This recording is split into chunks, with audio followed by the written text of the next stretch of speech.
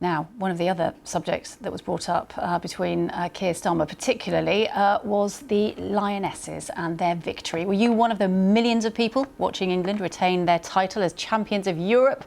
Well, today they received a hero's, or should that be heroine's, welcome as their flight touched down at Southend Airport in the afternoon. The squad gathered in front of the plane for a group photo with the winners' medals. Well, we can certainly see the trophy there, proudly on display. It's quite a trophy.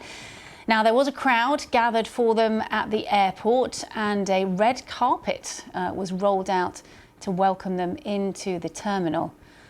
It's been quite the afternoon, because there then followed a rather slow coach ride through the rush hour traffic from Southend to central London. Anyone who's travelled that way will know it'll be slow. And then they arrived at Downing Street for another red carpet and a special reception hosted by the Deputy Prime Minister Angela Rayner and the Sports Minister Stephanie Peacock. And here we go. This footage gives an idea of the festivities in the Downing Street garden. Lots of pims and polite chit-chat, no doubt. Keir Starmer won't, of course, or wasn't at Downing Street to host them because, as we know, he is with Donald Trump. But the Prime Minister did make a point of congratulating the team on their victory.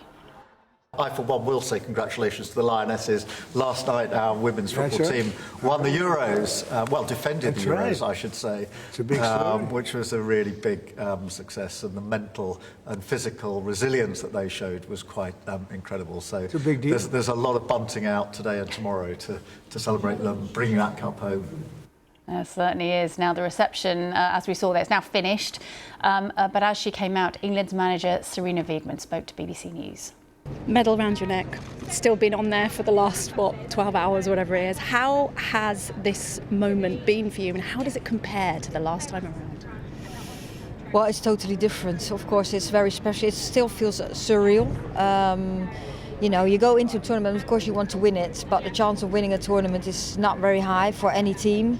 But winning it now for the second time with England in a row, first of course in England and now in Switzerland, is just surreal. And I'm just so happy and so proud of the team.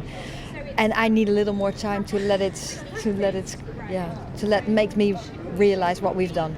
I know what the team has done, and I know you're all about the team. But have you taken any moment to think about you and what you've achieved with 5 major tournaments? It's such an achievement. Yeah, that feels surreal too. My first thought always is, without a good team, without good footballers, you're nowhere. And that's why team sports is so much fun, because when you bring people together, then you can win things, and then you need talent too, but also the team behind the team. I have so many good professionals around me that support me and I support them, and we are a real good team too. So the preparations, the meticulous preparation of everyone in their departments made a difference this tournament again, and I'm so proud of that we could bring ourselves together again and make it work. Next time, maybe not so many penalties, if that's all right. Yeah. Just for us. It's for everyone. For you, for the team, for myself.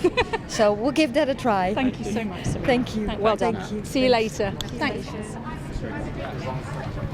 And there she goes, Sarina Wiegman there, talking to our sports correspondent Natalie Perks. And Natalie also caught up with England's goalkeeper, Hannah Hampton, who was asked to sum up what the last 24 hours have been like for her and her teammates.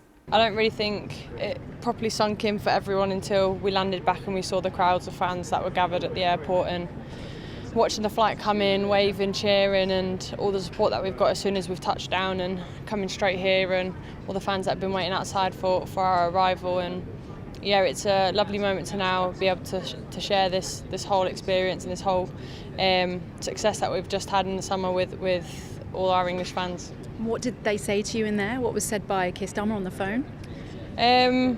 Just a massive congratulations, really. They watched along the whole time, from when he turned up at SGP for our last couple of days before we flew out, and how he was hoping for the success that we were having, and to be able to then bring it home for him and everyone else there watching and cheering along. I think we gave quite a few of them heart attacks with the performances.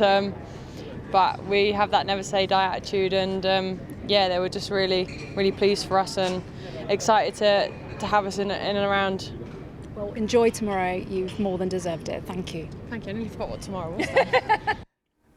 Yeah, Open Top Best Tour tomorrow. It's a busy day for them.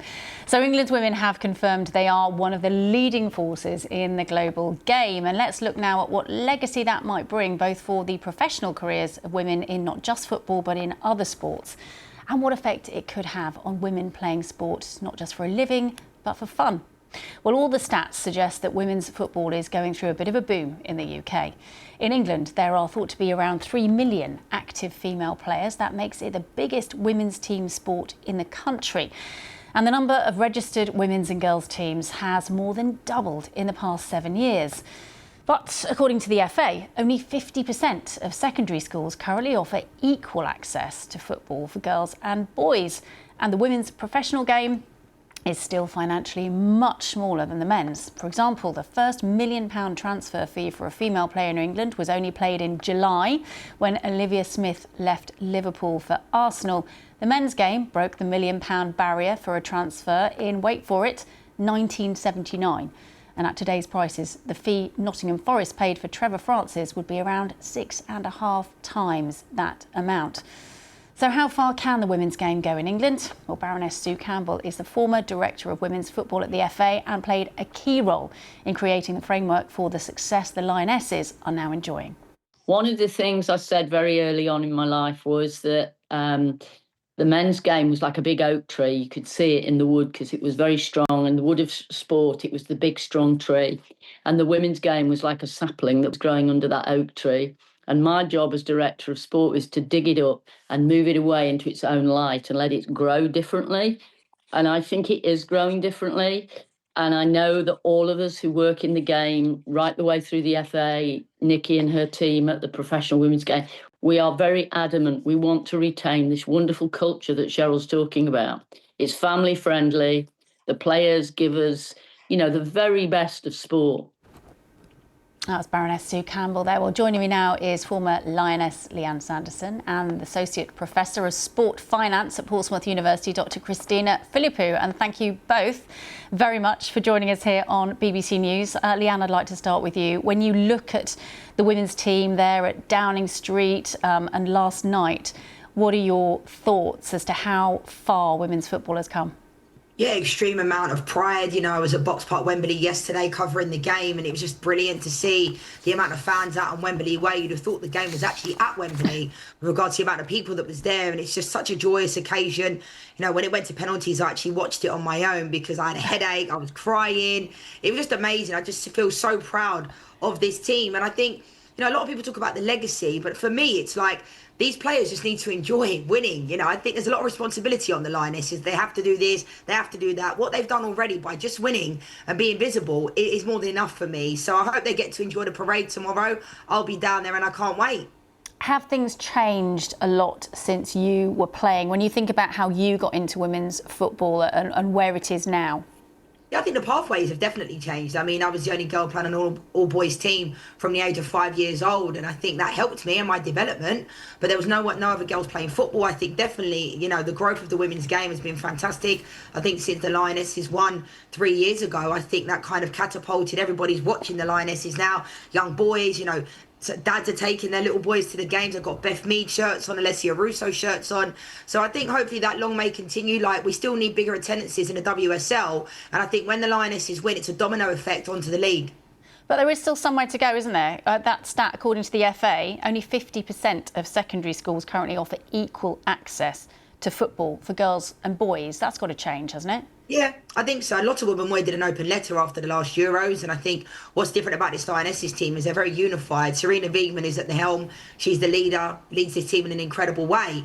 But it's what they do off the pitch as well. They recognise the position they're in. They're role models, and I think that they're all for that type of stuff. So what a lot of women did, I think, was fantastic. Her teammates come together, getting more PE lessons into schools. But like I said, it's not their responsibility to do that. It's the government's responsibility to do that. Yeah, Christina, can we talk about the finances of this? What difference to the money that goes into women's sport will a win like this make that's managed to, galvanise the whole country behind this team? Yeah, absolutely massive. We saw what happened with the previous Euros. Yes, it was in the country, but what happened after the previous Euros? We saw between then and now, WSL attendances have more than tripled.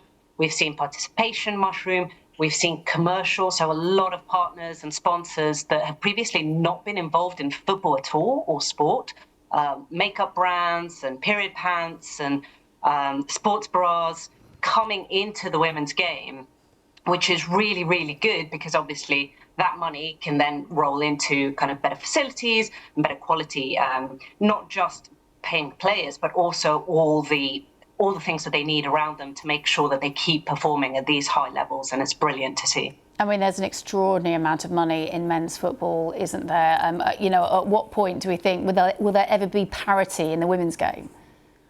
Yeah, I think there's a while to go. I think it's also important to remember that there are different stages of the game. Women's football was effectively banned for 50 years. That has had massive impacts on it commercially because it meant that it didn't kickstart in the same way as a professional body until fairly recently. We're only now really starting to see commercial partners come in, investors come in. So it is quite a way behind. But it's also a different, in many ways, it's not the same as men's football. So there's different kind of pathways, there's different avenues for money to come in from. So lots of positives there as well. Leanne, looking at there's going to be the open top bus tour tomorrow. These are exciting times, aren't they, for women's football and for a whole nation of not just girls, actually, because it is. Women's football has got to be more, hasn't it, than girls supporting girls. We need the men, we need the dads, we need the brothers to support the girls as well. Yeah, I think it's like anything. We need allies, and I think, the parade tomorrow will be fantastic. They've got the parade route online. It's everywhere. It's on TV outlets, and I just can't wait. It happened 3 years ago when the players were on the stage. They must be absolutely shattered, to be honest, because they've not had a moment to kind of take it all in. I know Serena Wiegmann spoke previously there about that, because I know there's moments like this where you don't have a second, and it's not until you get back to your house where you live that you think, wow, what did we do? What achievement that was. Back-to-back European champions. And I'm just so proud of this team. Serena Wiegmann, give her that honorary dame. 100%. She deserves it. What a manager. What a coach. And these players are just absolute heroes, all of them. What a perfect way to leave it. Thank you so much, Leanne Sanderson and Dr. Christina Philippou. Pleasure to talk to both of you. Thank you.